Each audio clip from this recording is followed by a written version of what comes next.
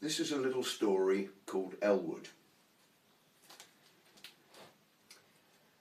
She had set up her new home on the island of Jag, having been driven from her parents' island far to the rugged north for fear of the boisterous and sometimes lethal games of her siblings. Elwood really was very small, almost insignificant one might say, in comparison with her immediate family and forebears. Her parents had protected her to the best of their ability, but eventually her father had summoned her and advised her to leave for her own safety. That had been after they'd been bullying her again and had tumbled her into the river where she'd been swept over the waterfall and washed unconscious downstream for several miles. It had taken her mother a day to find her where she'd been fetched up on the shore, battered and bleeding, hidden beneath the parasolic shelter of an all-shade tree. Her father had given her a golden necklace from his hoard with which to start her own, and for the first and only time had bespoken her, wordlessly, effortlessly, flooding her entire being with his power and love. Elwood understood only too well why people feared her kind. They were ferocious hunters, and their way was one of violence and fire, of avarice, plundering and gorging. They raided farmers' flocks and herds mercilessly, launched attacks on wagon trains, and everyone in the whole world knew, without ever having met them of course, that in feeding season they were particularly partial to a young lady or two. Elwood had travelled for days before finding Jag. She liked it at once because the roots of the mountain, when seen from above, looked like a hand with the fingers spread, as well as because she had many hundreds of leagues between her and her abusive siblings. She had spent a great deal of time and effort here, convincing the locals that she was no threat, introducing herself firstly and with great care to hillside farmers and fisherfolk and their children.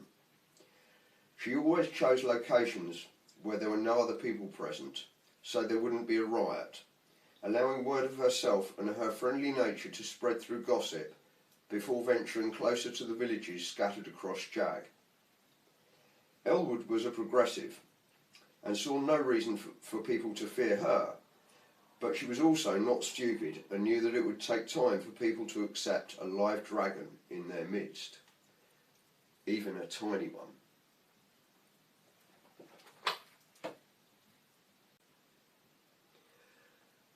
Aya was playing on the seashore, gathering cockles and winkles for her mother to sell, but also amusing herself with the little creatures in rock pools and collecting colourful seashells when she first met Elwood, who had mostly submerged herself in a deep pool so that the little girl wouldn't see her too soon or refuse to come near. When she wandered in close enough, absorbed in her rock pools, Elwood spoke gently. "Hello, little princess," she said, her head resting among the rocks, looking like just another boulder. The girl looked up, but still failed to spy her. "Isn't the sun wonderful?" She suddenly spotted the head that had spoken to her and froze. "It's all right, little one," continued Elwood softly. "You've nothing to fear. I won't harm you. I'm new here, and I just want to meet a new friend to play with. If you'll be my friend, I'll help you pick shellfish," she wheedled. That seemed to do it. The little girl approached her carefully and looked, and eventually they solemnly exchanged names, although both understood that you never ever gave your real name to anyone. Well, Elwood told herself, the girl would never be able to pronounce anything in Draconic. You needed to have two throats and a split tongue. Even the best attempts of the high mages were horrible manipulations of the old tongue. "What are you doing in there, Elwood?" asked her new friend Aya. "Are you stuck?" "No, silly, I'm having a bath," Elwood replied. "Dragons like to have a bath every day. You wouldn't scratch between my wings with that stone, would you?" she asked Aya, pointing with her snout at a sharp shard of granite.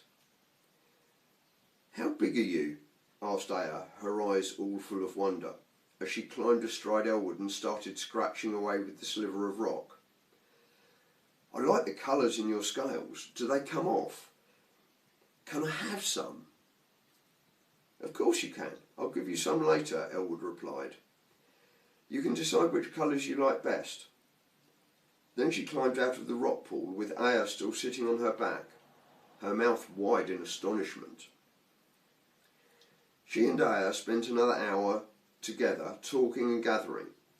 She could get even the strongest limpets off their rocks with her steely claws, and Aya's basket was soon full. Then Elwood told the girl that she needed to fly along home and have some dinner. However, before she left, she remembered to scrape the leading edge of a wing, where Aya had pointed at the deep green metallic scales, and gave her a few of the hand-sized fluorescent slivers to take home. Now her parents and friends would believe her tale. Elwood gave a happy sigh as she flew up to the mountain's peak. She had helped the girl with her chores, and had made her first new friend.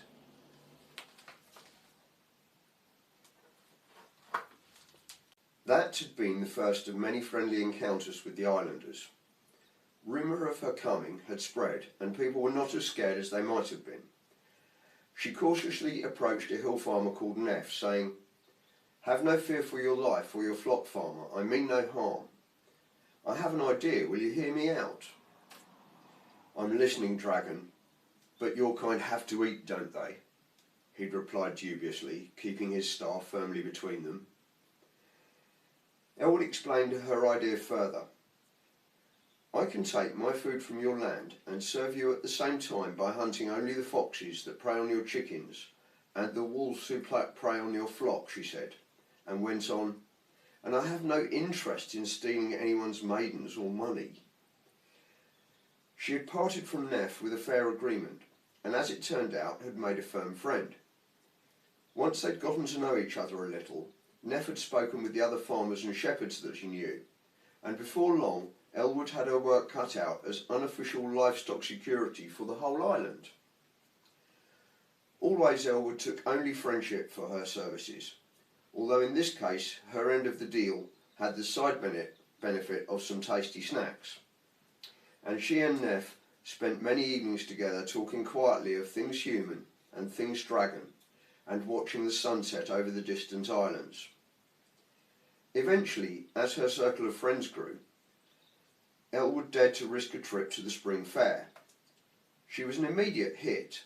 She talked with the villagers and allowed people to touch her, and as their confidence grew, their children to climb up on her back. She even took couples of excited teenagers for rides around the bay, producing small fireballs once they were safely out over the water for dramatic effect. As her circle of friends grew, Elwood found that she could lend a claw to many people in different ways. At the village smithy, for example, she could intensify the forge fires and help produce better steel, and she helped the local potters by firing their kilns. Elwood loved her new social status and happily gave her help to any who asked. She even airlifted a runaway hay cart out of a deep gully into which it had rolled, and which the local mules couldn't pull it out of. Her proudest duty, however, was ferrying the 2 island doctors to medical emergencies. A system was set up whereby she would hang high in the sky 3 times a day, and any islander could signal her with smoke rings from a fire. Then she would swoop down and take either message or patient to the nearest doctor, or when necessary, take a doctor or midwife back to the patient.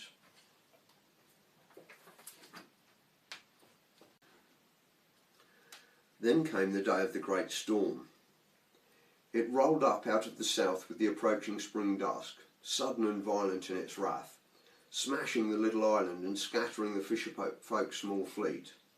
16 boats were overturned and recovered later, but Elwood flew rescue for the fisherfolk themselves. She battled through the height of the storm, and using her fire deep into the savage night to illuminate the churning waters, she saved every one of the 24 missing men and women. Elwood was a hero. The following week, when all had recovered their strength, the fisherfolk held a party on the beach. Rolf the blacksmith presented her on behalf of them all with a copper tiara that fitted cleverly amongst her head spines, in appreciation of the lives she had saved. He had worked on it all week, forging the shape of her own head from above to hang on her forehead, and to breathe a small tongue of fire down between her eyes. The fireball was of real gold, and Elwood knew that it was more than the villagers could afford. It touched her deeply, and she showed her appreciation with a display of joyful aerobatics high in the evening sky. Afterward there was music and dancing, and they were all patting and thanking her. Her friends talked with her and touched her, laying arms against her neck. Aya and a couple of her young friends sat on her back, all celebrating the rescue and Elwood's role in the safe return of their people. They fed her steaks of gold shark meat until she was fit to burst, and gave her so much hot mead that she got proper drunk and didn't trust herself to fly home. So she dozed on the beach that night between the campfires, listening to a few night souls playing guitar and singing gentle lays until the sun finally crept up over the horizon. The only lack that Elwood felt in her life was that she couldn't snuggle into her parents' dragon hoard of stolen gold occasionally. It was the greatest pleasure in a dragon's life, but she determined that she wouldn't steal anything to get the stuff. However, as spring progressed, the situation resolved itself rather well. The daffodils for which the island was famous came into bloom. Elwood had never seen such things before, and she rolled and squirmed amongst their golden blossoms, dreaming of her childhood and her mother, finally sated. She'd made some lovely friends who made her feel needed, had work to do that she enjoyed, and all the daffodils that she could ask for a whole month every year.